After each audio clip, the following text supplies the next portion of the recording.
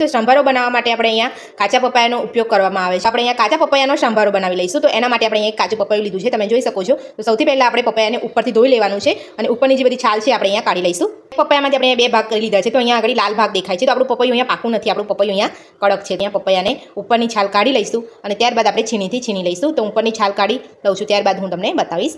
તો તમે જોઈ શકો છો પપૈયાને આપણે એની છાલ ઉપરની કાઢી લીધી છે અને એના બી પણ આપણે કાઢી લીધા છે। હવે આપણે અહીંયા એક છીણી લીધી છે, તો આ રીતે આપણે અહીંયા મોટી છીણી લેવાની છે, અહીંયા છીણી લઈશું।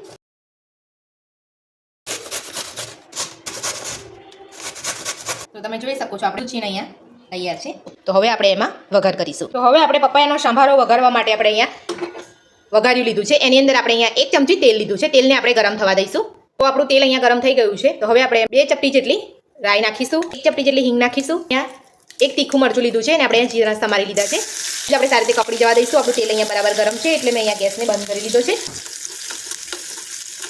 મરચાંને આપણે અહીંયા સારી રીતે કકડી જવા દઈશું। આપણો અહીંયા વઘાર થઈ ગયો છે। તો હવે આપણે વઘારને અહીંયા પપૈયાના સંભારોમાં વેડી દઈશું।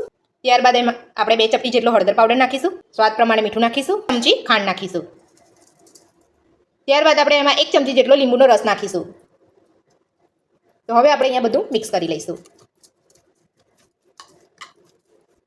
તો આપણે અહીંયા બધું જ મિક્સ કરી લીધું છે। કાચા પપૈયાનો સંભારો બનીને આપણો તૈયાર છે।